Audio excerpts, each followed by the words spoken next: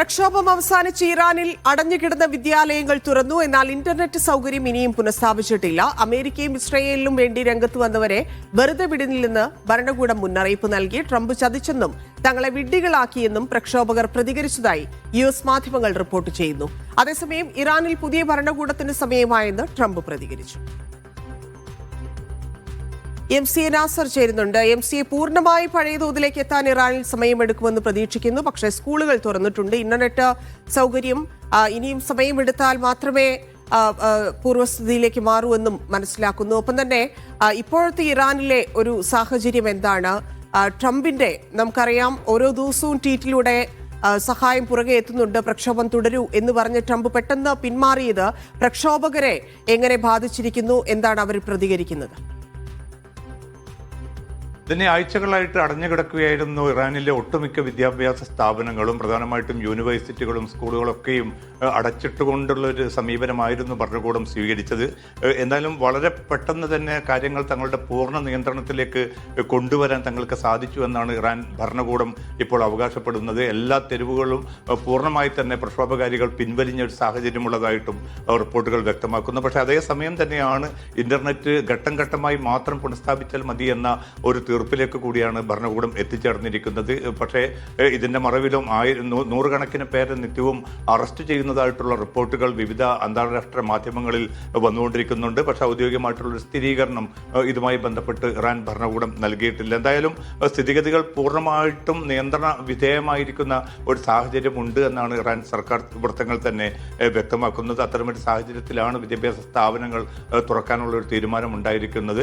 പ്രക്ഷോഭകാരികളെ സംബന്ധിച്ചിടത്തോളം നേരത്തെ ധന്യ സൂചിപ്പിച്ചതുപോലെ വലിയ ഒരു തിരിച്ചടി അവർക്ക് നേരിട്ടതായിട്ടാണ് അവരുടെ പ്രതികരണങ്ങളിലൂടെ വ്യക്തമാവുന്നത്. കാരണം സഹായം ആസന്നമാണ്, വന്നുകൊണ്ടിരിക്കുകയാണ്, കെട്ടിടങ്ങൾ നിങ്ങൾ കയ്യേറിക്കൊള്ളൂ എന്നൊക്കെ വളരെ പ്രകോപനപരമായിട്ടുള്ള നിർദ്ദേശങ്ങൾ നൽകിയ ഒരു ഘട്ടത്തിൽ തീർച്ചയായിട്ടും ഒരു സൈനിക നടപടി ഉണ്ടാവുകയാണെങ്കിൽ അത് പ്രക്ഷോഭനത്തിന് വലിയ പിന്തുണയായിട്ട് മാറുമെന്നൊരു വിലയിരുത്തലായിരുന്നു പ്രക്ഷോഭകാരികൾ ഉണ്ടായിരുന്നത്. പ്രത്യേകിച്ചും യുവാക്കളും യുവതി യുവാക്കളും ഉൾപ്പെട്ട ജൻസി വിഭാഗത്തിൽപ്പെട്ടവരൊക്കെയും അത് പ്രതീക്ഷിച്ചിരുന്നു. പക്ഷേ പൊടുന്നനെയാണ് ഇത്തരമൊരു ആക്രമണമോ ഒരു നീക്കമോ വേണ്ടതില്ല എന്ന് ട്രംപ് തന്നെ സ്വമേധയാ തീരുമാനിക്കുന്നത്. ഇത് വലിയ തോതിൽ പ്രക്ഷോഭത്തിനെ പിൻവലിപ്പിക്കാൻ പ്രേരിപ്പിച്ച ഒരു ഘടകം കൂടിയാണ്. അതുമാത്രമല്ല ഭരണകൂടത്തിന് പ്രക്ഷോഭകർക്ക് മേൽ വലിയ സ്വാധീനം കൈവന്നൊരു സാഹചര്യമുണ്ടായി. ലക്ഷങ്ങളാണ് വിവിധ ഇറാനിയൻ നഗരങ്ങളിൽ ഭരണകൂടത്തെ പിന്തുണച്ച് രംഗത്ത് വന്നിരിക്കുന്നത്. അപ്പോൾ നേരത്തെയുള്ള പ്രക്ഷോഭത്തിന് മുമ്പുള്ള സാഹചര്യത്തെക്കാൾ കൂടുതൽ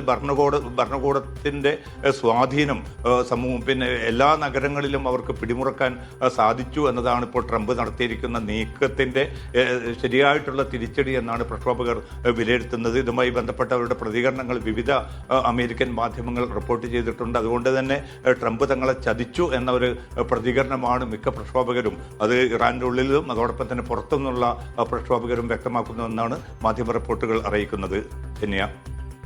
ഈ സാഹചര്യത്തിൽ ട്രംപിന്റെ നീക്കങ്ങൾ കൂടി, അതായത് ഇറാനിൽ പുതിയ ഭരണകൂടത്തിന് സമയമായി എന്ന് പറയുന്നുണ്ട്, ഉപരോധം ഏർപ്പെടുത്തുന്നുണ്ട്. ഒപ്പം തന്നെ യൂറോപ്പ് എങ്ങനെയാണ് ട്രംപിന്റെ നീക്കങ്ങളിൽ പ്രതികരണങ്ങളിൽ പ്രതിഷേധം അറിയിക്കുന്നത്, പ്രതികരിക്കുന്നത്? ഇതിൽ നിന്നിപ്പം ഇറാനിലെ പരമോന്നത ആത്മീയ നേതാവ് ആയത്തുല്ല അലി ഖാംനയുടെ പ്രതികരണമായിരുന്നു വളരെ വേറിട്ട് നിന്നത്. കാരണം ആയിരങ്ങൾ കൊല്ലപ്പെട്ടതായിട്ട് പരമോന്നത അധ്യക്ഷൻ തന്നെ സ്ഥിരീകരിക്കുന്ന ഒരു സാഹചര്യമുണ്ടായി. ആ കൊലക്ക് പൂർണ്ണമായിട്ടും പിന്നിൽ നിന്നത് ഇസ്രായേലും അമേരിക്കയുമാണ്. അവർ നടത്തിയിരിക്കുന്ന വിധ്വംസക പ്രവർത്തനങ്ങളാണ് സുരക്ഷാ പാലകർ ഉൾപ്പെടെ ആയിരങ്ങളെ കൊന്നൊടുക്കിയതെന്നാണ് പരമോന്നത ആത്മീയ നേതാവ് തന്നെ വ്യക്തമാക്കുന്നത്.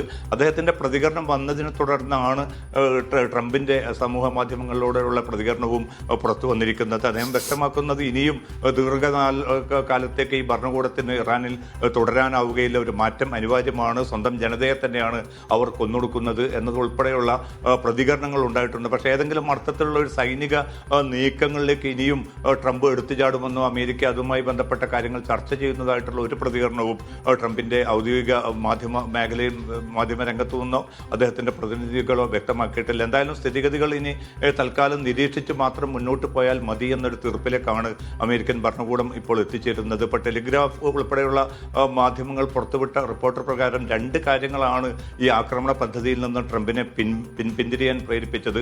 ഒന്ന്, സൈനികമായി വളരെ ശക്തമായ ഒരു അവസ്ഥയിലാണ് ഇറാൻ ഇപ്പോൾ പോലും നിലയുറപ്പിച്ചിരിക്കുന്നത്. കാരണം വ്യോമാക്രമണം നടത്തിയതുകൊണ്ടോ മറ്റോ ഒന്നും ഈ ഒരു പ്രതിസന്ധിക്ക് ഇറാന് ആ അർത്ഥത്തിലുള്ള സൈനികമായിട്ടുള്ളൊരു തിരിച്ചടി ഏൽപ്പിക്കാൻ സാധിക്കില്ല എന്ന കൃത്യമായിട്ടുള്ളൊരു കണക്കുകൂട്ടൽ പെന്റഗൺ ഉൾപ്പെടെയുള്ള ഉദ്യോഗസ്ഥരും നേതൃത്വവും നൽകിയിരിക്കുന്ന നിർദ്ദേശങ്ങൾ കൂടി കണക്കിലെടുത്ത് ട്രംപ് തീരുമാനിക്കുകയായിരുന്നു. മറ്റൊന്നുള്ളത്, ഈ മേഖലയിലെ രാജ്യങ്ങൾ, ഒരു രാജ്യം പോലും ഇത്തരമൊരു ആക്രമണം നടത്താൻ ട്രംപിന് പിന്തുണയുമായി രംഗത്ത് വന്നില്ല. മറിച്ച് ഇത്തരമൊരു ആക്രമണം പൂർണ്ണമായിട്ടും ഉപേക്ഷിച്ചിട്ടില്ല എങ്കിൽ തങ്ങളുടെ സുരക്ഷയ്ക്കും അതോടൊപ്പം തന്നെ തങ്ങളുടെ താല്പര്യങ്ങൾക്കും ആത്യന്തികമായി അമേരിക്കൻ താല്പര്യങ്ങൾക്കും അത് വലിയ തിരിച്ചടി ഉണ്ടാക്കും. അതുകൊണ്ട് ഒരു നിലക്കുള്ള ആക്രമണവും ഇറാന് നേരെ നടത്തരുത് എന്ന് ഈ രാജ്യങ്ങൾ ആവശ്യപ്പെട്ടതും ഈ 2 കാര്യങ്ങൾ മുൻനിർത്തിക്കൊണ്ടാണ് ആക്രമണ പദ്ധതിയിൽ നിന്ന് പൊടുന്നനെ തന്നെ പിൻവലിയാൻ ട്രംപ് ഭരണകൂടം തീരുമാനിച്ചതെന്നാണ് ടെലിഗ്രാഫ് ഉൾപ്പെടെയുള്ള പത്രങ്ങൾ വിശദമായിട്ടുള്ള റിപ്പോർട്ടിലൂടെ വ്യക്തമാക്കിയിരിക്കുന്നത്.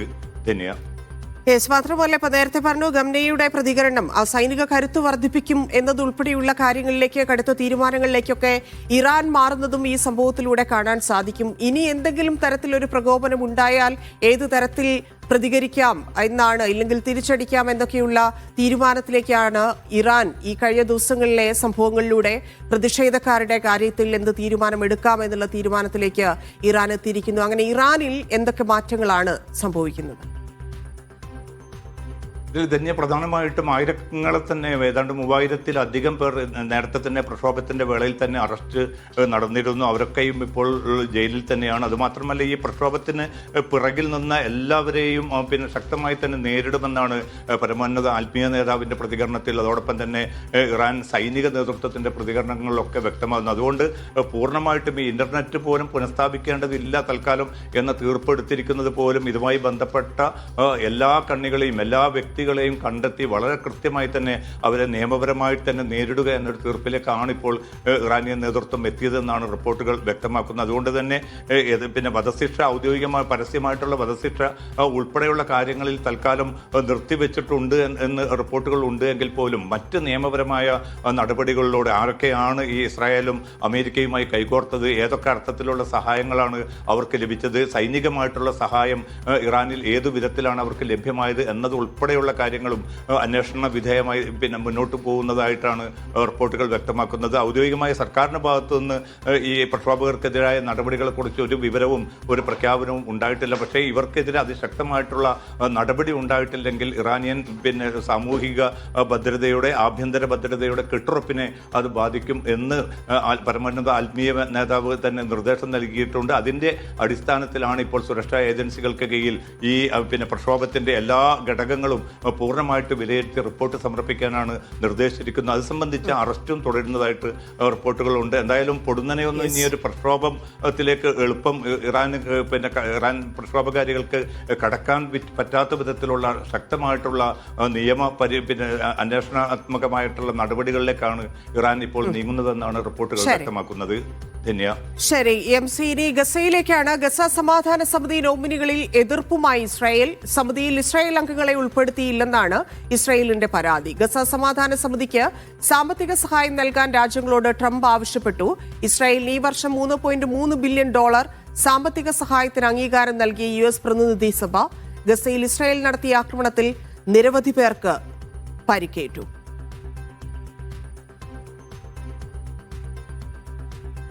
MC നാസർ വീണ്ടും ചേരുന്നുണ്ട്. MC, നോമിനികളുടെ കാര്യത്തിൽ ഇസ്രായേലിൽ എതിർപ്പുണ്ടെന്നാണ് മനസ്സിലാക്കുന്നത്. ടോണി ബ്ലെയറിന്റെ പേരിൽ ഉൾപ്പെടെ വലിയ എതിർപ്പ് കാണിക്കുന്നു. അത് ഇസ്രായേലിൽ നിന്ന് ആരെയും ഉൾപ്പെടുത്താത്തതാണോ അതിന്റെ കാരണമായി അറിയാൻ സാധിക്കുന്നത്? എന്താണ് ഇസ്രായേലിനുള്ള എതിർപ്പ്? പിന്നെ ഇതിലിപ്പോൾ 2ാം ഘട്ട വെടിനിർത്തൽ നടപ്പിൽ വന്നതായിട്ട് അമേരിക്ക പ്രഖ്യാപിച്ചതും അതേ തുടർന്ന് ഈ ഗസ സമാധാന സമിതി എന്ന ഈ ഒരു ബോഡിക്ക് രൂപകൽപ്പന ചെയ്യുമ്പോൾ അല്ലെങ്കിൽ അതിലേക്ക് അംഗങ്ങളെ നോമിനേറ്റ് ചെയ്യുമ്പോൾ തങ്ങളുമായിട്ടുള്ളൊരു ഏകോപനം, ഒരു ചർച്ച നടന്നിട്ടില്ല എന്നാണ് ഇസ്രായേൽ പ്രധാനമന്ത്രി നെതന്യാഹു അറിയിച്ചതായിട്ട് ഇസ്രായേൽ മാധ്യമങ്ങൾ റിപ്പോർട്ട് ചെയ്യുന്നത്. അതുമാത്രമല്ല, ഇക്കാര്യത്തിലുള്ള തങ്ങളുടെ എതിർപ്പ് American US state secretary Marco റൂബിയോയെ ഔദ്യോഗികമായി തന്നെ അറിയിക്കാനും നെതന്യാഹു നിർദ്ദേശിച്ചതായിട്ടുള്ള റിപ്പോർട്ടുകൾ പുറത്തു വരുന്നുണ്ട്. പറയാറുണ്ട്. അപ്പോൾ ഇതിൽ ഏറ്റവും പ്രധാനം നേരത്തെ തന്നെ സൂചിപ്പിച്ചതുപോലെ ഈ സമിതിയിൽ ഇപ്പോൾ പ്രഖ്യാപിച്ചിരിക്കുന്ന പേരുകളിൽ ഇസ്രായേലിൽ നിന്ന് ഒരാൾ പോലും ഉൾപ്പെടുന്നില്ല. നേരെ മറിച്ച് ടോണി ബ്ലെയർ ഉണ്ട്, US state secretary Marco Rubio ഉണ്ട്, US-ന്റെ പശ്ചിമേഷ്യൻ ദൂതനായിട്ടുള്ള സ്റ്റീവ് വിറ്റ്കോഫ് ഉണ്ട്, അതോടൊപ്പം തന്നെ ട്രംപിന്റെ മരുമകനും ഉപദേശകനുമായിട്ടുള്ള ജറദ് കുഷ്ണർ ഉണ്ട്. ഇവരൊക്കെ ഉൾപ്പെടുന്നുണ്ട്. അത് മാത്രമല്ല ഈജിപ്ത് പ്രസിഡന്റ് അബ്ദുൽ ഫത്താഹ് അൽ സിസിയോട് ഇതിന്റെ ഭാഗമായിട്ട് മാറാൻ നിർദ്ദേശിച്ചിട്ടുണ്ട്. അതോടൊപ്പം തന്നെ മറ്റ് തുർക്കി president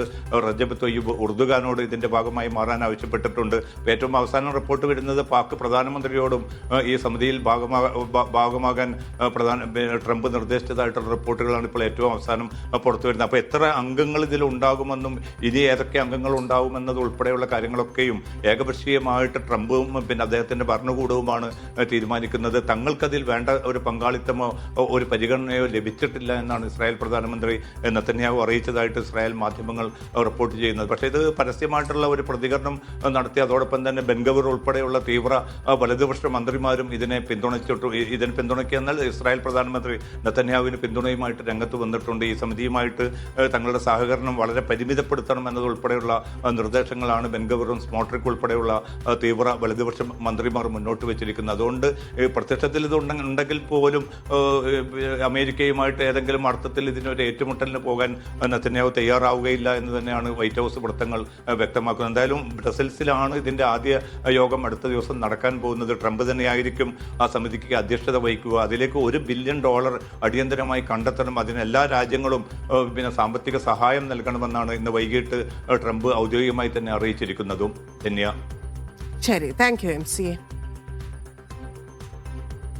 UAE president Sheikh Mohammed bin Zayed നാളെ ഇന്ത്യയിലെത്തും. ന്യൂഡൽഹിയിൽ പ്രധാനമന്ത്രി നരേന്ദ്രമോദിയുമായി കൂടിക്കാഴ്ച നടത്തും. പ്രസിഡന്റായ ശേഷം ഇത് 3-ാം തവണയാണ് ഷെയ്ഖ് മുഹമ്മദ് ഇന്ത്യ സന്ദർശിക്കുന്നത്. ഇന്ത്യയുമായുള്ള വ്യാപാര ബന്ധം കൂടുതൽ ശക്തമാക്കാൻ ലക്ഷ്യമിട്ടാണ് സന്ദർശനം. ഷിനോജ് ഷംസുദ്ദീൻ ചേരുന്നുണ്ട്. ഷിനോജ്, എപ്പോഴാണ് അദ്ദേഹം ഇന്ത്യയിലേക്ക് തിരിക്കുന്നത്? എന്തൊക്കെയാണ് ഇന്ത്യയിലെ ദൗത്യം? നാളെ രാവിലെ മുതൽ UAE പ്രസിഡന്റിന്റെ ഇന്ത്യ സന്ദർശനം ആരംഭിക്കുമെന്നാണ് UAE വാർത്താ ഏജൻസിയും അതേപോലെ തന്നെ വിദേശകാര്യ മന്ത്രാലയവും അറിയിച്ചിട്ടുള്ളത്. 2022 ഇന്ത്യയും UAEയും തമ്മിൽ സമഗ്ര വാണിജ്യ കരാർ ഒപ്പിട്ടത്. അതിൻ്റെ 4-ാം വാർഷികമാണ് ഈ ഫെബ്രുവരി 18 നടക്കുന്നത്. അതിനുശേഷം ഈ വ്യാപാര കരാർ നിലവിൽ വന്നതിന് ശേഷം നിരവധി മാറ്റങ്ങൾ സാമ്പത്തിക രംഗത്ത് ഉണ്ടായിട്ടുണ്ട്. പ്രത്യേകിച്ച് പ്രാദേശിക കറൻസിയിൽ ഉഭയകക്ഷി വ്യാപാരം നടത്താൻ കഴിയുന്ന വിധം മാറ്റങ്ങളുണ്ടായി. അതേപോലെ തന്നെ UPI പോലുള്ള സേവനങ്ങൾ UAEയിലും കൂടി ലഭ്യമാക്കുന്ന സാഹചര്യമുണ്ടായി. അത്തരം മാറ്റങ്ങളുടെ തുടർച്ചയായാണ് ഇപ്പോൾ UAE പ്രസിഡന്റ് ഇന്ത്യയിലെത്തുന്നതും പ്രധാനമന്ത്രി നരേന്ദ്രമോദിയെ കാണുന്നതും എന്നാണ് UAE ഔദ്യോഗിക വാർത്താ ഏജൻസിയും അതേപോലെ തന്നെ കേന്ദ്ര വിദേശകാര്യ മന്ത്രാലയവും അറിയിച്ചിട്ടുള്ളത്.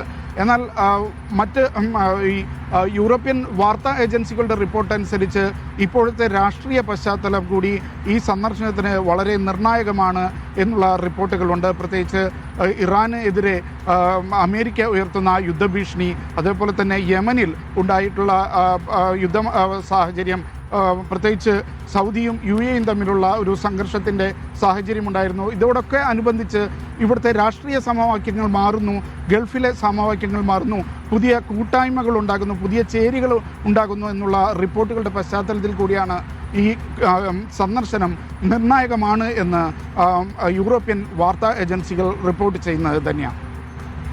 ശരി, താങ്ക് യു ഷിനോജ്. SIR-ൽ പരാതികളും ആക്ഷേപങ്ങളും സമർപ്പിക്കാനുള്ള തീയതി ഈ മാസം 30 വരെ നീട്ടി. ജനുവരി 22 അവസാനിക്കേണ്ട തീയതിയാണ് 30ലേക്ക് നീട്ടിയത്. കേന്ദ്ര തെരഞ്ഞെടുപ്പ് കമ്മീഷൻ ഔദ്യോഗിക ഉത്തരവിറക്കി. സുപ്രീം കോടതിയുടെ നിർദ്ദേശപ്രകാരമാണ് മാറ്റമെന്ന് കമ്മീഷൻ അറിയിച്ചു. PP സഫാൻ ചേരുന്നുണ്ട്. സഫാൻ, എങ്ങനെയാണ് തീയതി നീട്ടിയിരിക്കുന്നത്? എന്താണ് സുപ്രീം കോടതിയുടെ നിർദ്ദേശം? ധന്യ, സുപ്രീം കോടതിയുടെ നിർദ്ദേശപ്രകാരം പരാതികളും ആക്ഷേപങ്ങളും സമർപ്പിക്കാനുള്ള തീയതി ജനുവരി 30 വരെയാണ് കമ്മീഷൻ നീട്ടിയിരിക്കുന്നത്. ഈ മാസം 22 അവസാനിക്കേണ്ട തീയതിയാണ് ഇപ്പോൾ നീട്ടിയിരിക്കുന്നത്. ഇപ്പോൾ SIR-മായി ബന്ധപ്പെട്ടുള്ള ഹിയറിംഗ് നടപടികളും ഈ തെറ്റുകുറ്റങ്ങളും പരാതികളും ആക്ഷേപങ്ങളൊക്കെ സമർപ്പിക്കാനുള്ള സമയവുമാണ്. അതിനിടയിലാണ് വോട്ടർമാർക്ക് ഒരാഴ്ച കൂടി സമയം നീട്ടി നൽകിയിരിക്കുന്നത്. നേരത്തെ സുപ്രീം കോടതിയുടെ കർശന നിർദ്ദേശമുണ്ടായിരുന്നു. അത് പ്രകാരം കേരളം അടക്കമുള്ള 12 സംസ്ഥാനങ്ങൾക്ക് ഈ തീയതിയിൽ മാറ്റമുണ്ട്. അതിനപ്പുറത്തേക്ക് അന്തിമ പട്ടിക, കേരളത്തിൽ അന്തിമ പട്ടിക പ്രസിദ്ധീകരിക്കുക ഫെബ്രുവരി 21-നാണ്. ഈ തീയതിയിൽ മാറ്റമില്ല. ഹിയറിംഗ് നടപടികൾ ഫെബ്രുവരി 14 വരെ നടക്കും. ഈ തീയതിയിലും മാറ്റം ഉണ്ടാവുകയില്ല. നേരത്തെ തന്നെ കേന്ദ്ര തെരഞ്ഞെടുപ്പ് കമ്മീഷൻ അറിയിച്ചിരിക്കുന്നത് ഈ 21-ന് പ്രസിദ്ധീകരിക്കുന്ന അന്തിമ വോട്ടർ പട്ടിക പ്രകാരമായിരിക്കും കേരളത്തിലടക്കം നിയമസഭാ തെരഞ്ഞെടുപ്പ് നടക്കുക. അതിനുള്ള മുന്നോട്ട് പോക്ക് തന്നെയാണ് തെരഞ്ഞെടുപ്പ് കമ്മീഷന്റെ ഭാഗത്തു നിന്ന് ഉണ്ടാകുന്നത്. അതിനപ്പുറത്തേക്ക് ആക്ഷേപങ്ങളും പരാതികളും ഉന്നയിക്കാനുള്ള സമയം ഒരാഴ്ച കൂടി നീട്ടി നൽകിയിരിക്കുന്നു. ഇനി മുന്നോട്ടുള്ള ഉത്തരവുകളിൽ ഈ അന്തിമ പട്ടിക അടക്കം പ്രസിദ്ധീകരിക്കുന്നതിൽ മാറ്റം ഉണ്ടാകുമോ എന്നുള്ള കാര്യത്തിലും കമ്മീഷന്റെ ഭാഗത്ത് നിന്ന് ഒരു വ്യക്തത ഉണ്ടായിരുന്നില്ല. നേരത്തെ കേരളം അടക്കമുള്ള സംസ്ഥാന സർക്കാർ അടക്കമുള്ള ആളുകൾ സുപ്രീം കോടതിയിൽ ഉന്നയിച്ചിരുന്ന ഏറ്റവും പ്രധാനപ്പെട്ട കാര്യം അന്തിമ പട്ടിക പ്രസിദ്ധീകരിക്കുന്ന തീയതി അടക്കം നീട്ടി നൽകണമെന്നൊരു ആവശ്യമായിരുന്നു ഉന്നയിച്ചിരുന്നത്. അതിനെ തുടർന്നായിരുന്നു സുപ്രീം കോടതിയുടെ ഇടപെടൽ. ഈ ആക്ഷേപങ്ങളും പരാതികളൊക്കെ ഉന്നയിക്കാനുള്ള ഒരു സമയം നീട്ടി നൽകണമെന്ന് സുപ്രീം കോടതിയാണ് കമ്മീഷനോട് നിർദ്ദേശിച്ചിരുന്നത്. ആ നിർദ്ദേശപ്രകാരമാണ് ഇപ്പോൾ പരാതികളും ആക്ഷേപങ്ങളും ഉന്നയിക്കാനുള്ള തീയതി ഒരാഴ്ച നീട്ടിയിരിക്കുന്നത്. ധന്യ. ശരി സഫ. വോട്ടർ പട്ടിക തീവ്ര പരിഷ്കരണത്തിൽ പ്രവാസി വോട്ടർമാർ നേരിടുന്ന സങ്കീർണതകൾ പരിഹരിക്കണമെന്ന് പ്രവാസി വെൽഫെയർ. ഇക്കാര്യത്തിൽ അടിയന്തര ഇടപെടൽ ആവശ്യപ്പെട്ട് അടൂർ പ്രകാശ് MP, ഹാരിസ് ബീരാൻ MP എന്നിവർക്ക് പ്രവാസി വെൽഫെയർ നിവേദനം സമർപ്പിച്ചു. മുഖ്യമന്ത്രി പിണറായി വിജയൻ ഇമെയിൽ വഴിയും നിവേദനം അറിയിച്ചു.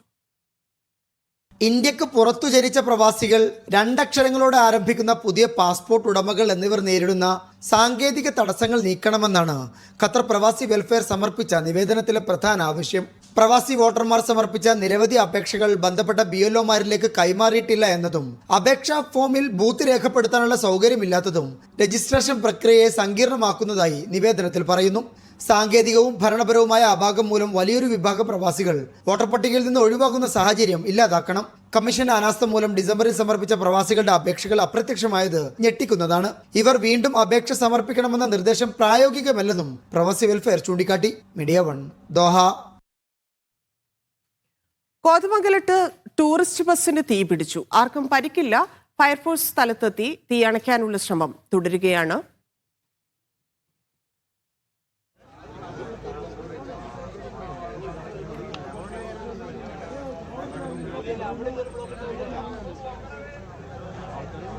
അഹമ്മദ് മുസ്തഫ ചേരുന്നു. മുസ്തഫ, എങ്ങനെയാണ് അപകടം ഉണ്ടായത്? ബസ്സിലാരും ഉണ്ടായിരുന്നില്ലല്ലോ അല്ലെ? തന്നെ ഈ ശാന്തൻപാറ സ്വദേശികൾ വിവാഹ പരിപാടിയുമായി സഞ്ചരിച്ച ടൂറിസ്റ്റ് ബസ്സാണ് കത്തി നശിച്ചിരിക്കുന്നത്.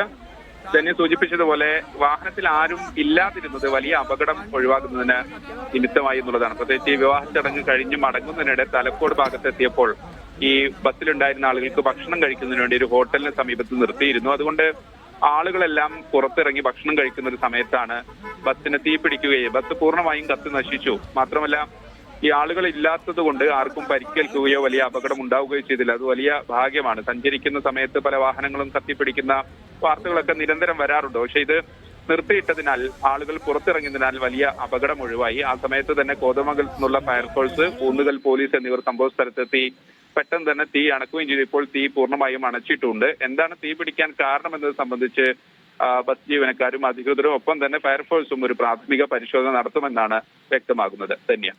നായാടി മുതൽ നസ്രാണി വരെയുള്ളവരുടെ ഐക്യം എന്ന വെള്ളാപ്പള്ളി നടേശന്റെ മുദ്രാവാക്യം LDFന് നേട്ടമാകില്ലെന്ന് BJP നേതാവ് വി മുരളീധരൻ.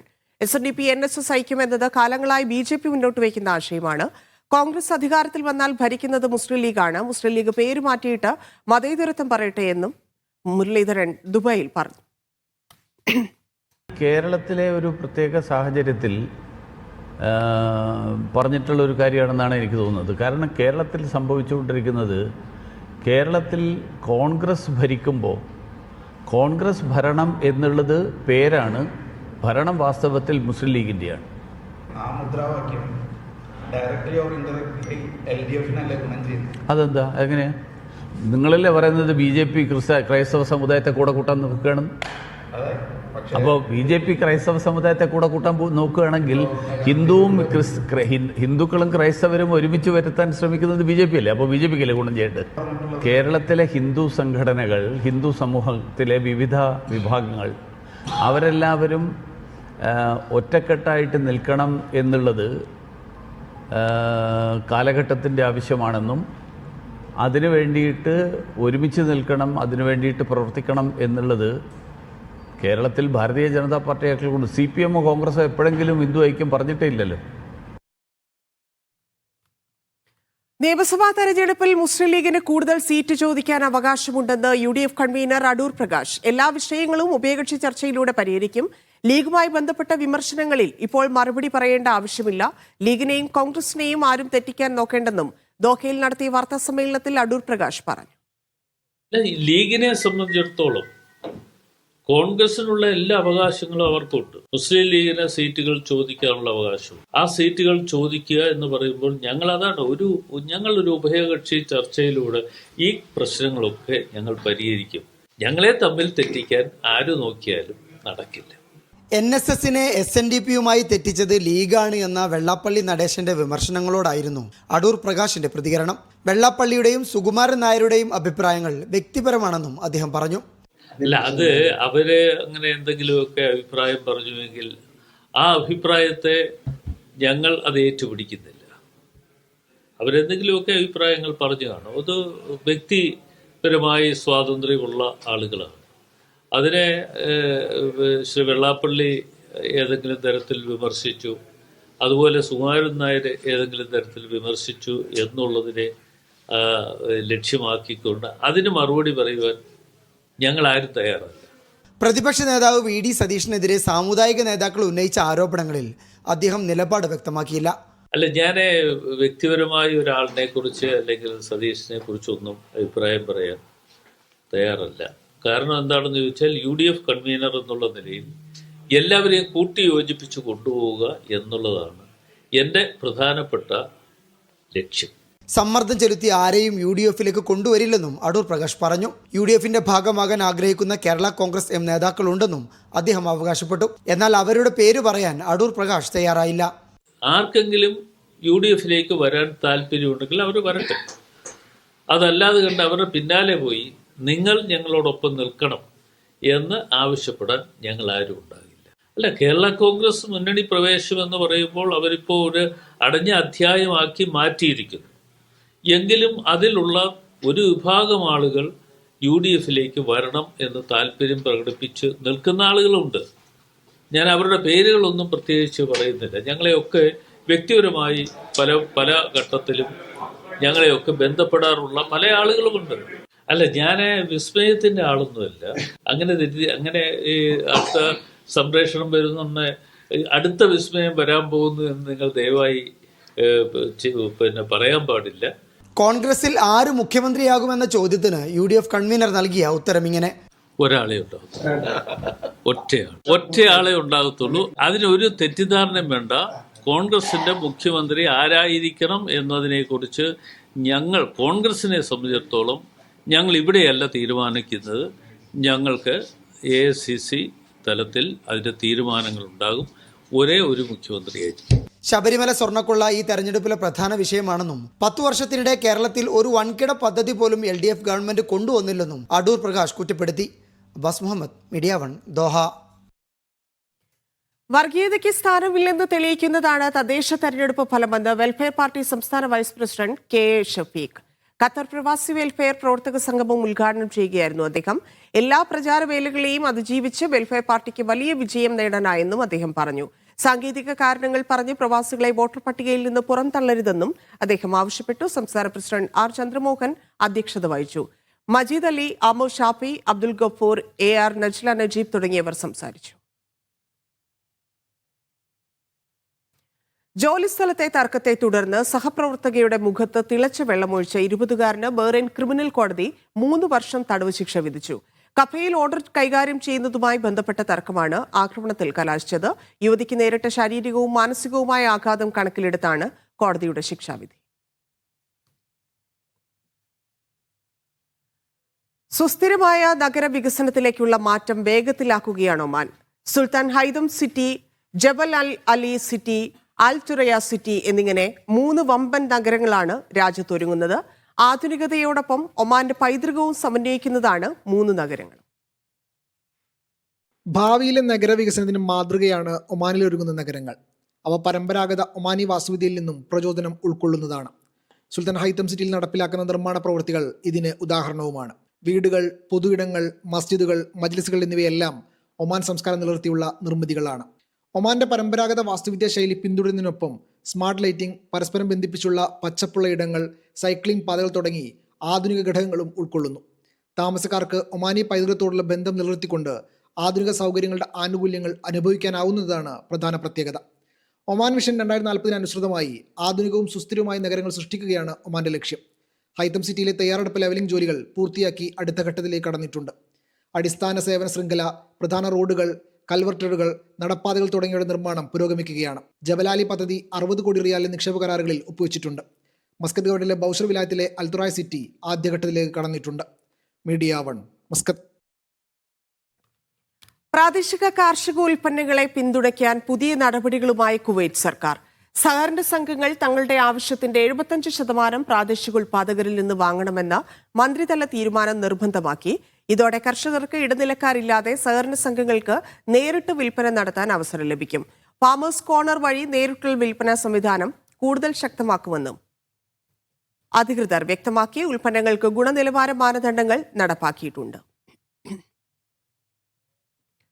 കുവൈത്തിലെ നിക്ഷേപ റിയൽ എസ്റ്റേറ്റ് മേഖലയിലെ വില ഉയരുമ്പോൾ റെസിഡൻഷ്യൽ ഭൂമിയുടെ മൂല്യം ഇടിയുന്നതായി അൽ ഹസ്ബ പ്ലാറ്റ്ഫോമിന്റെ 2025 4ാം പാദ റിപ്പോർട്ട്. റിപ്പോർട്ട് പ്രകാരം നിക്ഷേപ സ്വത്തുക്കളുടെ കണക്കാക്കിയ വിപണി മൂല്യം ശരാശരി 15.2% വർദ്ധിച്ചു. വാണിജ്യ സ്വത്തുക്കളുടെ മൂല്യവും ശരാശരി 7.4% വർദ്ധിച്ചതായും റിപ്പോർട്ടിൽ പറയുന്നു. അതേസമയം ഒഴിഞ്ഞുകിടക്കുന്ന റെസിഡൻഷ്യൽ ഭൂമിയുടെ മൂല്യം 2024 4ാം പാദത്തേക്കാൾ 7.2% കുറഞ്ഞു. 6 ഗവർണറേറ്റുകളിലും റെസിഡൻഷ്യൽ ഭൂമി വില ഇടിഞ്ഞതായും ഹവലിയിലാണ് ഏറ്റവും വലിയ കുറവുണ്ടായതെന്നും റിപ്പോർട്ടിൽ വ്യക്തമാക്കുന്നു. പുതിയ നിയമനിർമ്മാണവും വിപണിയിലെ നിയന്ത്രണ മാറ്റങ്ങളും നിക്ഷേപ രീതിയിൽ ഉണ്ടായ മാറ്റങ്ങൾക്ക് കാരണമായെന്നാണ് വിലയിരുത്തൽ. പ്രവാസികളുടെ തിരിച്ചറിയൽ കാർഡുകളുടെ കാലാവധി അവരുടെ താമസരേഖയുടെ കാലാവധിയുമായി നേരിട്ട് ബന്ധിപ്പിക്കണമെന്ന പുതിയ നിയമ ഭേദഗതിയെ ചൊല്ലി ബഹ്റൈൻ പാർലമെന്റിൽ ചർച്ച. ചൊവ്വാഴ്ച വിഷയം സംബന്ധിച്ച ബിൽ വോട്ടിനിടും. പ്രവാസികളുടെ തിരിച്ചറിയൽ കാർഡുകളുടെ കാലാവധി സംബന്ധിച്ച് പുതിയ നിയമ ഭേദഗതി പ്രാബല്യത്തിൽ വരികയാണെങ്കിൽ ഒരു പ്രവാസിയുടെ ID കാർഡിന്റെ കാലാവധി അയാൾക്ക് രാജ്യത്ത് താമസിക്കാൻ അനുമതിയുള്ള കാലയളവിൽ മാത്രമായി പരിമിതപ്പെടും. അതിൽ കൂടുതൽ കാലാവധി നൽകാൻ പാടില്ല എന്ന് നിഷ്കർഷിക്കുന്ന ബില്ലിന്മേൽ പാർലമെന്റിൽ വിശദമായ ചർച്ച നടന്നു. ഭേദഗതി നടപ്പിലായാൽ പ്രവാസികളുടെ വിസ അവസാനിക്കുന്ന അതേ ദിവസം തന്നെ ID കാർഡിന്റെ കാലാവധിയും അവസാനിക്കും. രാജ്യത്ത് നിയമവിരുദ്ധമായി തങ്ങുന്നവരെ കണ്ടെത്താൻ നിയമ ഭേദഗതി കൊണ്ട് സാധിക്കുമെന്ന് ബില്ലിനെ അനുകൂലിച്ച് ചർച്ചയിൽ പങ്കെടുത്തവർ വിലയിരുത്തി. കാലാവധി ഈ രീതിയിൽ പരിമിതപ്പെടുത്തിയാൽ ID കാർഡ് ഉപയോഗിച്ച് നടത്തുന്ന ബാങ്കിംഗ്, സർക്കാർ ഇടപാടുകൾ കൃത്യമായി നിയന്ത്രിക്കാമെന്നും ബില്ലിനെ അനുകൂലിക്കുന്നവർ വാദിക്കുന്നു.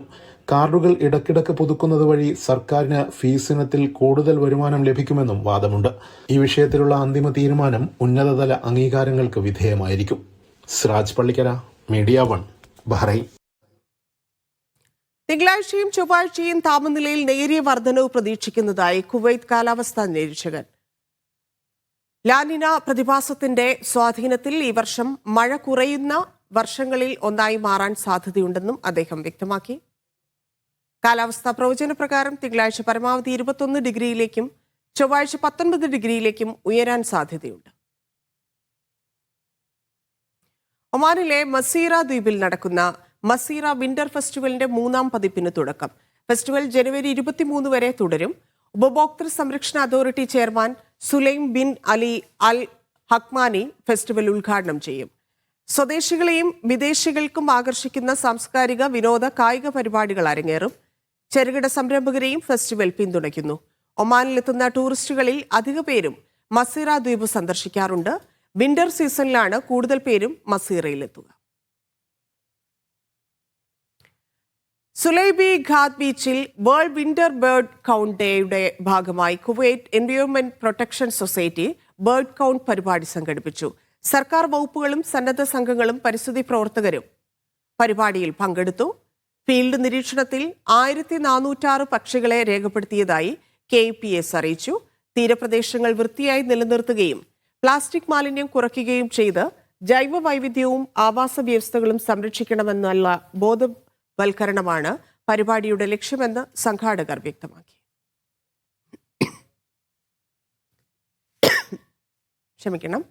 സൗദിയിൽ ഒരാഴ്ചക്കിടെ നാട് കടത്തിയത് 14,000-ലധികം അനധികൃത താമസക്കാരെ എന്ന് കണക്കുകൾ. ആഭ്യന്തര മന്ത്രാലയത്തിന്റെ നേതൃത്വത്തിലാണ് പരിശോധനകൾ. വരും ആഴ്ചകളിലും പരിശോധനകൾ തുടരും. ഒരാഴ്ചക്കിടെ 14,621 അനധികൃത താമസക്കാരെയാണ് നാടുകടത്തിയത്. ആകെ 18,054 താമസക്കാരെ ഇത്തരത്തിൽ അറസ്റ്റ് ചെയ്തിട്ടുണ്ട്. ആഭ്യന്തര മന്ത്രാലയത്തിന്റെ നേതൃത്വത്തിലായിരുന്നു പരിശോധന. അറസ്റ്റ് ചെയ്യപ്പെട്ടവരിൽ 11,343 പേർ റെസിഡൻസ് നിയമം ലംഘിച്ചവരും 3,858 പേർ അതിർത്തി സുരക്ഷാ നിയമം ലംഘിച്ചവരും 2,853 പേർ തൊഴിൽ നിയമം ലംഘിച്ചവരുമാണ്. ഒരാഴ്ചക്കിടെ രാജ്യത്തേക്ക് കടക്കാൻ ശ്രമിക്കുന്നതിനിടെ പിടിയിലായത് 1,491 പേരാണ്. അവരിൽ 40% യമൻ പൗരന്മാരും 59% എത്യോപ്യൻ പൗരന്മാരും 1% മറ്റു രാജ്യക്കാരുമാണ്. നിയമലംഘകർക്ക് ഗതാഗതം, താമസം, തൊഴിൽ എന്നീ സൗകര്യങ്ങൾ നൽകിയ 23 പേരെയും അറസ്റ്റ് ചെയ്തു. 25,552 പുരുഷന്മാരും 1,966 സ്ത്രീകളും ഉൾപ്പെടെ ആകെ 27,518 പ്രവാസികളാണ് നിലവിൽ നിയമ നടപടികൾക്ക് വിധേയരാകുന്നത്. Media 1 Riyadh. ബഹ്റൈനിൽ കുട്ടികളുടെ ഡിജിറ്റൽ സുരക്ഷ ഉറപ്പാക്കുന്നതിനായി നിർണായക നിയമം നിർമ്മാണത്തിനൊരുങ്ങി ഷൂറ കൗൺസിൽ. 15 വയസ്സിന് താഴെയുള്ള കുട്ടികൾ സോഷ്യൽ മീഡിയ പ്ലാറ്റ്ഫോമുകളിൽ അക്കൗണ്ട് തുടങ്ങുന്നത് നിരോധിക്കുന്ന പുതിയ ബിൽ കൗൺസിൽ ചർച്ചയ്ക്കെടുക്കും. കൗമാരക്കാരുടെ സ്വകാര്യത സംരക്ഷിക്കുന്നതിനും ദോഷകരമായ ഉള്ളടക്കങ്ങളിൽ നിന്ന് അകറ്റി നിർത്തുന്നതിനുമായി കർശന നിയന്ത്രണങ്ങൾ ഏർപ്പെടുത്താൻ നിർദ്ദേശിച്ചിട്ടുള്ളതാണ് ബിൽ. എന്നാൽ പഠനാവശ്യങ്ങൾക്കായി ഉപയോഗിക്കുന്ന ഡിജിറ്റൽ സേവനങ്ങൾക്ക് ഈ നിരോധനം ബാധകമാകില്ല.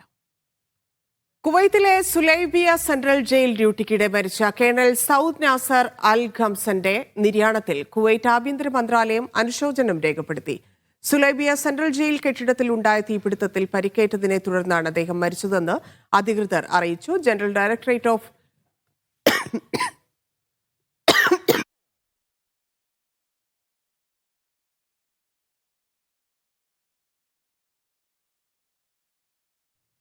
General directorate of correctional institutions വിഭാഗത്തിലെ ഉന്നത ഉദ്യോഗസ്ഥനായിരുന്നു അദ്ദേഹം. മണ്ണാർക്കാട് സ്വദേശി സൗദിയിൽ വാഹനാപകടത്തിൽ മരിച്ചു. തെങ്കര മണലാടി സ്വദേശി ചേരിക്കല്ലൻ ഉബൈദാണ് മരിച്ചത്. 51 വയസ്സായിരുന്നു. ത്വായിഫിലെ അസീസിയയിലെ സ്വകാര്യ സ്ഥാപനത്തിൽ ഡ്രൈവറായി ജോലി ചെയ്തു വരികയായിരുന്നു. ത്വായിഫ് റിയാദ് ഹൈവേയിൽ റിൽവാന് സമീപം വെള്ളിയാഴ്ചയാണ് അപകടമുണ്ടായത്. സഞ്ചാരികളെ ആകർഷിച്ച് ഒമാനിലെ ജബൽ അഖ്ദർ. സന്ദർശകരുടെ എണ്ണത്തിൽ മുൻ വർഷത്തെ അപേക്ഷിച്ച് 9.1% വർധനവാണ് രേഖപ്പെടുത്തിയത്. മറ്റ് GCC രാജ്യങ്ങളിൽ നിന്നെത്തുന്ന സന്ദർശകരുടെ പ്രിയപ്പെട്ട ഇടം കൂടിയായ ജബൽ അഖ്ദർ മാറിയിട്ടുണ്ട്. ജബൽ അഖ്ദറിലേക്ക് ഒഴിവു ദിനങ്ങൾ ചെലവിടാനെത്തുന്നവരിൽ ഭൂരിഭാഗവും കുടുംബങ്ങളും കൂട്ടായ്മകളുമാണ്. ശൈത്യകാലമായതിനാൽ ക്യാമ്പിങ്ങിന് മികച്ച ഇടം കൂടിയാണിത്. സാഹസികത ഇഷ്ടപ്പെടുന്നവർക്ക് പറ്റിയ ഇടം. ദേശീയ സ്ഥിതിവിവരക്കണക്ക് കേന്ദ്രം പുറത്തുവിട്ട കണക്കുകൾ പ്രകാരം ജബൽ അഖ്ദറിൽ കഴിഞ്ഞ വർഷം എത്തിയത് 2,22,151 സന്ദർശകരാണ്. 2024 അപേക്ഷിച്ച് 9.1% വർധനവാണിത്. Saudi Arabia, UAE, Bahrain, Kuwait, Qatar എന്നിവിടങ്ങളിൽ നിന്നാണ് ഏറ്റവും കൂടുതൽ സന്ദർശകരെത്തിയത്. മറ്റു വിദേശ രാജ്യങ്ങളിലുള്ളവരും സന്ദർശകരിലുണ്ട്. സന്ദർശകർക്ക് പരമ്പരാഗത പർവ്വത ഗ്രാമങ്ങൾ സന്ദർശിച്ച് ഒമാനി ഗ്രാമീണ ജീവിതത്തെക്കുറിച്ച് പഠിക്കാനുമാകും.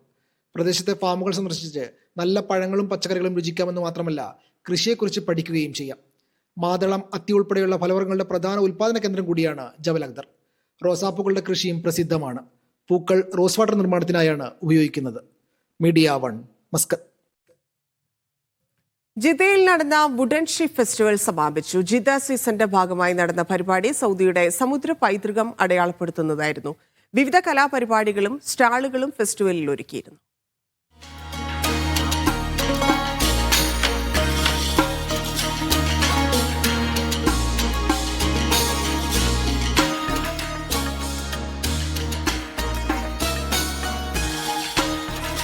സൗദിയുടെ സമുദ്ര പൈതൃകത്തെ പുതുതലമുറക്ക് പരിചയപ്പെടുത്തുകയാണ് മേള. ജിദ്ദ അൽഹംറ ബീച്ചിലാണ് കൗതുകമുള്ള മേള ഒരുക്കിയത്.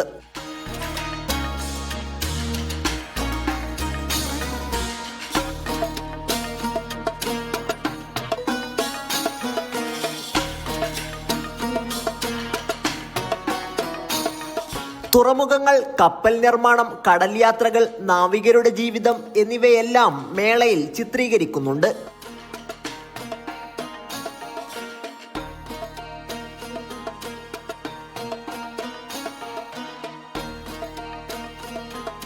കടൽപ്പാട്ടുകളും നാടൻ സംഗീത വിരുന്നും മേളയുടെ ഭാഗമായി. വർക്ക്ഷോപ്പുകൾ, ലൈറ്റ് ഷോകൾ, കുട്ടികൾക്കും കുടുംബങ്ങൾക്കും പ്രത്യേക മേഖലകളും ഒരുക്കിയിരുന്നു. ജിദ്ദ സീസണോടനുബന്ധിച്ച് നിരവധി ആഘോഷ പരിപാടികൾ അരങ്ങേറുന്നുണ്ട്. Sabith Saleem, media 1, Jeddah. സൗദിയിലെ യാംബു ക്രിക്കറ്റ് അസോസിയേഷന്റെ സഹകരണത്തോടെ സുൽത്താൻ ബ്രദേഴ്സ് സംഘടിപ്പിച്ച Yanbu premier league season 1 cricket tournament സമാപിച്ചു. ആവേശകരമായ ഫൈനലിൽ ആഹത്ത് അൽ തസീസ് കമ്പനി ജേതാക്കളായി. യാക്ക ക്രിക്കറ്റ് സ്റ്റേഡിയത്തിലാണ് ടൂർണമെന്റ് അരങ്ങേറിയത്. ചലച്ചിത്ര താരം ഷിയാസ് കരീം സമാപന ചടങ്ങിൽ മുഖ്യാതിഥിയായിരുന്നു. Yanbu cricket association president Mazhar Khan, YPL പ്രതിനിധികളായ സജാം, ജസാം, ജസീം തുടങ്ങിയവരാണ് മത്സരങ്ങൾക്ക് നേതൃത്വം നൽകിയത്.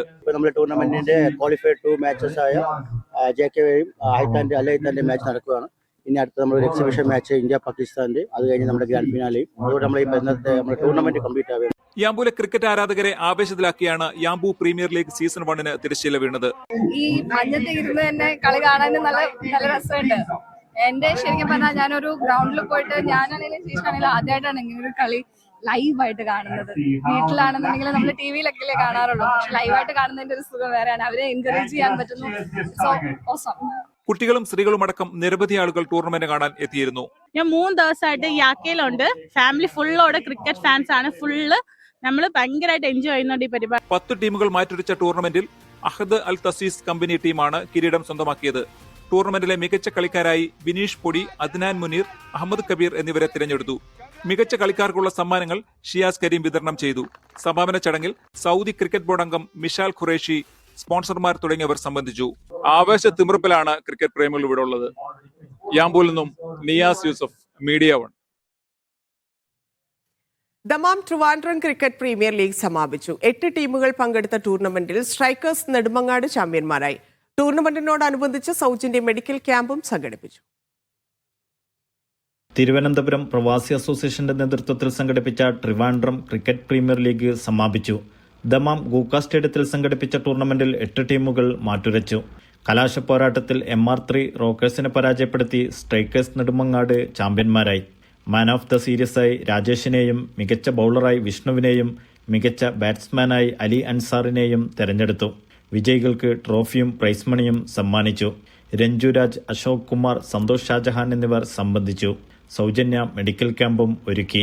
യൂസഫ്, ഷംനാദ്, അജീബ്, ഷിബിൻ അബൂബക്കർ, ഷിബി ഹമീദ് എന്നിവർ നേതൃത്വം നൽകി. Media 1, Dammam. ഒമാനിലെ അൽ ഹംറ ഗവർണറേറ്റിലെ ജബൽ ഷംസിൽ മലകയറ്റത്തിനിടെ ആരോഗ്യ പ്രശ്നം നേരിട്ട ഒമാൻ പൗരന് രക്ഷകരായി റോയൽ ഒമാൻ പോലീസ് എയർവിംഗ്. സ്ഥലത്തെത്തിയ പോലീസ് ഏവിയേഷൻ പൗരനെ എയർലിഫ്റ്റ് ചെയ്തു. അടിയന്തര പരിചരണങ്ങൾക്ക് ശേഷം സുൽത്താൻ ഖാബൂസ് ആശുപത്രിയിലേക്ക് മാറ്റി. ഇയാളുടെ ആരോഗ്യനില തൃപ്തികരം. അബു സംര അതിർത്തി വഴി രാജ്യത്തേക്ക് പ്രവേശിക്കുന്ന വിദേശ വാഹനങ്ങൾക്ക് ഓൺലൈൻ ഇൻഷുറൻസ് സൗകര്യം ഏർപ്പെടുത്തി ഖത്തർ. ഫെബ്രുവരി 1 മുതൽ പ്രാബല്യത്തിൽ വരും. ഖത്തർ യൂണിഫൈഡ് ഇൻഷുറൻസ് ബ്യൂറോ പുറത്തിറക്കിയ എംസാർ ഇലക്ട്രോണിക് സിസ്റ്റം വഴിയാണ് സൗകര്യം ലഭിക്കുക. പേയ്മെന്റ് നടത്താനും ഡോക്യുമെന്റ് ഡൗൺലോഡ് ചെയ്യാനും സൗകര്യമുണ്ടാകും. സൗദിയിലെ പ്രമുഖ മെഡിക്കൽ ഗ്രൂപ്പായ ഗൾഫ് ഏഷ്യൻ മെഡിക്കൽസിന്റെ പുതിയ ബ്രാഞ്ച് ദമാമിൽ പ്രവർത്തനം ആരംഭിച്ചു. വിപുലമായ സൗകര്യങ്ങളോടെ ദമാം ദാനമാളിലാണ് സെന്റർ പ്രവർത്തനം ആരംഭിച്ചത്. പ്രഗത്ഭരായ 20ഓളം ഡോക്ടർമാർ, വിശാലമായ ലാബ്, ഫാർമസി സൗകര്യം എന്നിവ സെന്ററിന്റെ പ്രത്യേകതയാണ്. ഉദ്ഘാടനത്തോടനുബന്ധിച്ച് പ്രത്യേക നിരക്കിളവും ലഭ്യമാക്കിയിരുന്നു.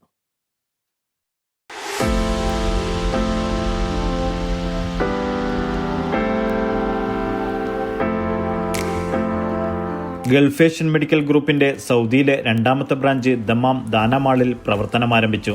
ഗൾഫ് ഏഷ്യൻ മെഡിക്കൽ സെന്ററിന്റെയും ബദറുൽ സമ ഗ്രൂപ്പ് ഓഫ് ഹോസ്പിറ്റലിന്റെയും MD അബ്ദുൽ ലത്തീഫ്, ജുബൈൽ ബലദിയ vice president Abu Khalifa, gulf Asian medical centre CEO Muhammad Sarfaraz എന്നിവർ ചേർന്ന് ഉദ്ഘാടനം ചെയ്തു. കുറഞ്ഞ ചെലവിൽ മികച്ച ചികിത്സ എന്ന ഞങ്ങൾ ആ ഒരു മുദ്രാവാക്യമായി കഴിഞ്ഞ 13 വർഷത്തോളമായി ജുബൈലിൽ പ്രവർത്തിച്ചു വരുന്ന ഗൾഫ് ഏഷ്യൻ മെഡിക്കൽ സെന്റർ ജനങ്ങളുടെ ആവശ്യാർത്ഥം ഡിമാൻഡ് പ്രകാരം ഞങ്ങൾ ദമാമിലും ആരംഭിച്ചിരിക്കുകയാണ്. വളരെ വിശാലമായ സൗകര്യങ്ങളോടുകൂടി ഒരു 10-300 പരം കാർ പാർക്ക് സൗകര്യങ്ങളോടുകൂടി ദാനമാളിലാണ് പ്രവർത്തിക്കുന്നത്. എല്ലാവിധ വിസ മെഡിക്കൽ തൊട്ട് പ്രീ മെഡിക്കൽ ചെക്കപ്പ് തൊട്ട് എല്ലാവിധ സൗകര്യങ്ങളും ഇതിലൊരുക്കിയിട്ടുണ്ട്. കാർഡിയോളജി വിഭാഗം അടക്കമുള്ള. അപ്പോൾ ഏറ്റവും നല്ല ക്വാളിറ്റി ഹെൽത്ത് കെയർ. ഞങ്ങൾ ഭദ്രസമാ ഗ്രൂപ്പിൻ്റെ ഞങ്ങളെ ഗ്രൂപ്പിൽ പറയുമ്പോൾ ഇത് 36ാമത്തെ ബ്രാഞ്ചാണ് ഇത് നമ്മൾ തുടങ്ങുന്നത്.